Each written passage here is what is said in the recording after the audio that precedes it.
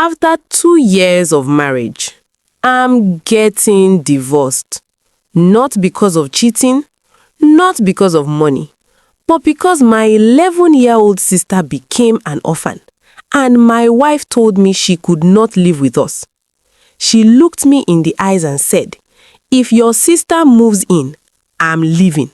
So I made a choice, and that choice destroyed my marriage. Hi besties, welcome to Spill with Abby. This is where we spill the real truth about life. We share people's real life stories and try to find solutions to it. We all bring up our opinions, learn from it, and try to avoid situations like this. This is actually where you will love to be. So kindly like, subscribe, and share. Make sure you add your opinion. When I married my wife, we made one promise very clear from the beginning: no children. We talked about it many times while we were dating. Some couples argue about it later, but we settled it early. Neither of us wanted kids. We wanted a quiet life, freedom, traveling whenever we wanted, building our careers, just the two of us.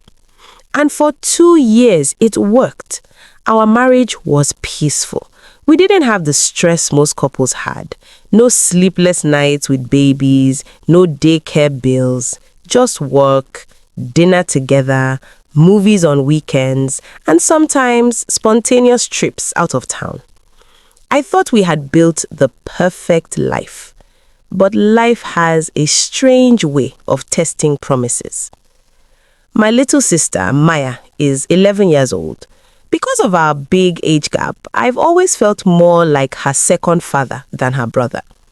By the time she was born, I was already leaving the house for college. But every holiday, every visit home, she would run to me like I had been gone for years. "Big brother!" she would shout, jumping into my arms. I helped her with homework, took her out for ice cream, bought her small gifts whenever I could afford them. To her, she wasn't just family. She was someone she felt safe with. But Maya's life had already been hard. Our mother died when she was very young. It was mostly our father raising her alone. Then, 3 months ago, everything changed. My father was diagnosed with pancreatic cancer. The doctors told us it was already late. I remember the day I visited him in the hospital. He looked smaller than I had ever seen him. "Daniel," he said weakly, "take care of your sister." I nodded, but I didn't really think about what that meant yet.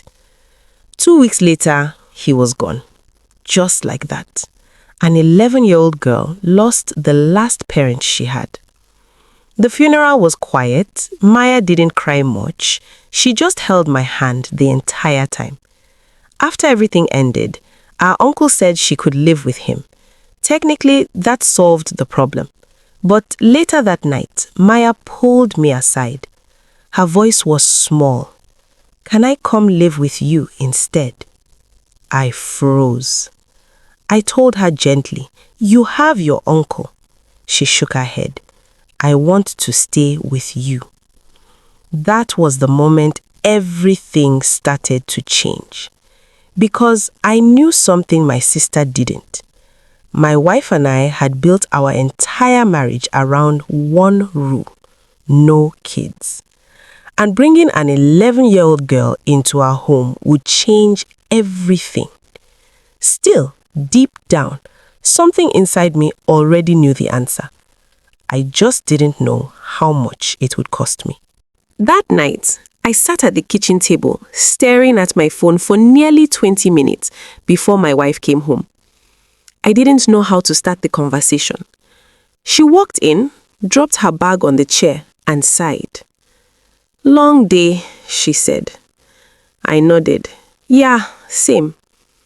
She opened the fridge and grabbed a bottle of water. "So," she said casually, "did your uncle finalize things with Maya staying with him?" That was my moment. I cleared my throat. "Actually, Maya asked if she could stay with us. My wife froze. The bottle stopped halfway to her lips. What? She said she wants to live here, I explained. She feels more comfortable with me. My wife slowly sets the bottle down.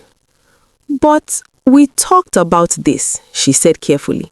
Your uncle is already willing to take her? I know. So why are we even discussing this? Because she asked me. Because she just lost both parents. Because she looked at me like I was the only person left in her world.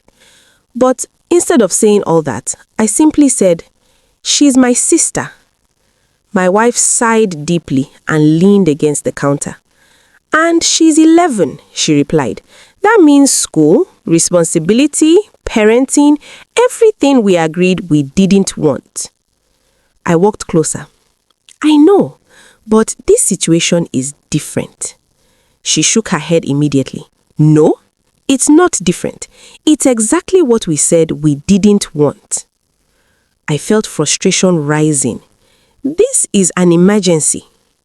And your uncle is already solving it. She has somewhere to go. But she doesn't want to go there. My wife crossed her arms. That doesn't mean she gets to move in here. The room felt heavier. I said quietly, she just lost her parents. And I'm sorry for her. I truly am. But that doesn't mean I suddenly become a mother. I stared at her. So, that's it? Yes, she said firmly. No. That single word hit me harder than I expected. I took a deep breath. I have to do this, I said. It's the right thing. No, it's the thing you want to do. Silence filled the kitchen. Finally, I said the words that changed everything. I'm bringing her here. My wife looked at me like she didn't recognize me anymore. With or without you? Her eyes narrowed.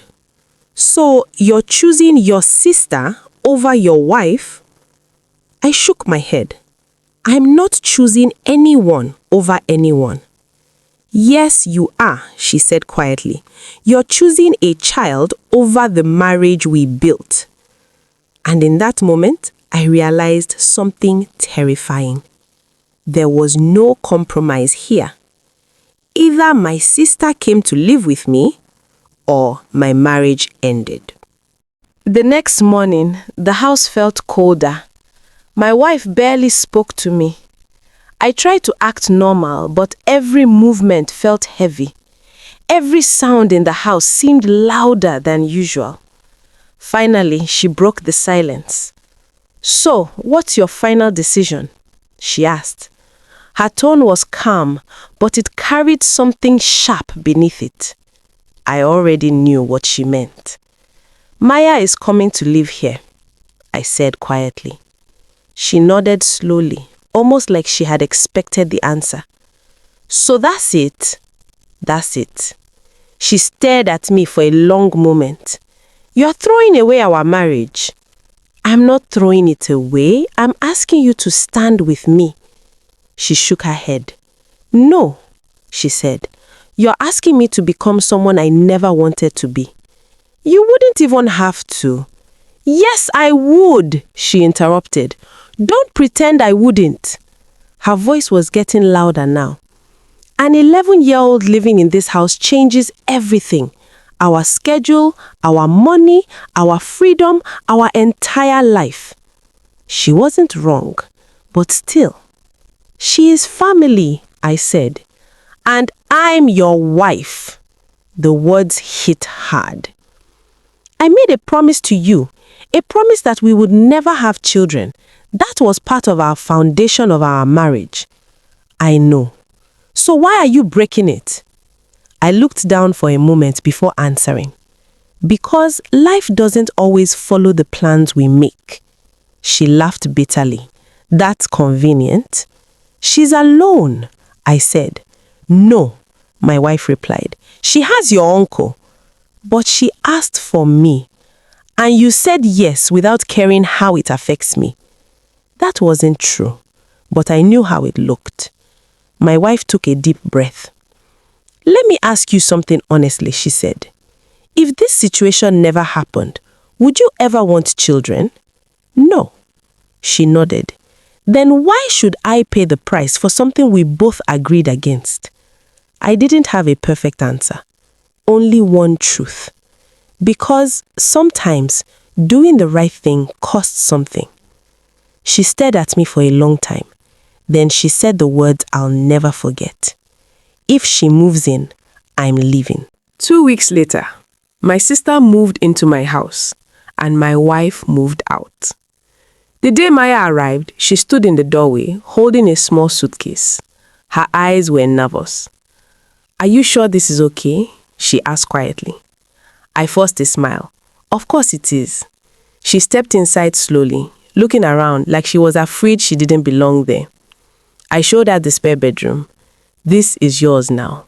Her eyes lit up a little. That small moment made the pain worth it.